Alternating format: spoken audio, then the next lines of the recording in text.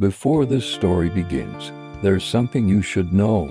Everything you're about to hear was officially erased, not because it was false, but because it was too difficult to explain. For decades, fragments of this story appeared in old reports, forgotten journals, and recordings that ended abruptly. Each source told the same story, but none of them reached the end. Tonight, for the first time, those fragments have been pieced together. What they reveal is not a legend, but a warning. If you're listening to this late at night, you may want to leave a light on. This is the mystery they didn't want remembered. File 1. The hum of the 49th Curlew.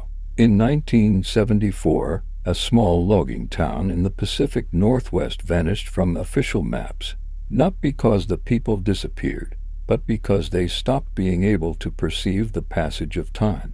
Fragments of the story survived. A logger's journal describes a hum from the forest that made the trees look like they were vibrating into places at once. A 911 dispatch tape recorded a caller claiming their reflection was 3 minutes behind their actual movements. The town stumbled into a static pocket of reality. If you enter the coordinates today, you don't find a ghost town, you find a blank, white void where the brain refuses to process visual data. This is the warning. If you ever hear a low-frequency hum that sounds like a human choir, do not stop walking. File 2. The passenger in the static. During the early days of television broadcasting, engineers kept picking up a signal from a station that didn't exist. The broadcast showed a live feed of a family dinner, but the family had no faces. A redacted FCC document described a visual contagion. Anyone who watched the broadcast for more than 10 minutes began to lose their own facial features in the following weeks.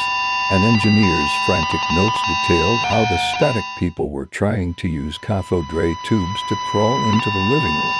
The truth is that the broadcast wasn't coming from a station, but from the future. It wasn't a show, it was a window, and something on the other side finally broke the glass. The warning: if your TV flickers to a black and white image of a hallway you recognize, unplug it immediately. File 3. The Deep Sea Archivist. In the 1960s, a secret Soviet-American joint mission discovered an ancient structure 30,000 feet below the Atlantic. It wasn't a city, it was a library of human DNA. A diver's recording captured him screaming that the jars are screaming back. A scientist's journal revealed the DNA belonged to people who hadn't been born yet, including his own unborn daughter. The project was erased because the archivists began swapping the souls of the researchers with the stored versions. Half of the world's leaders might be the originals from the sea.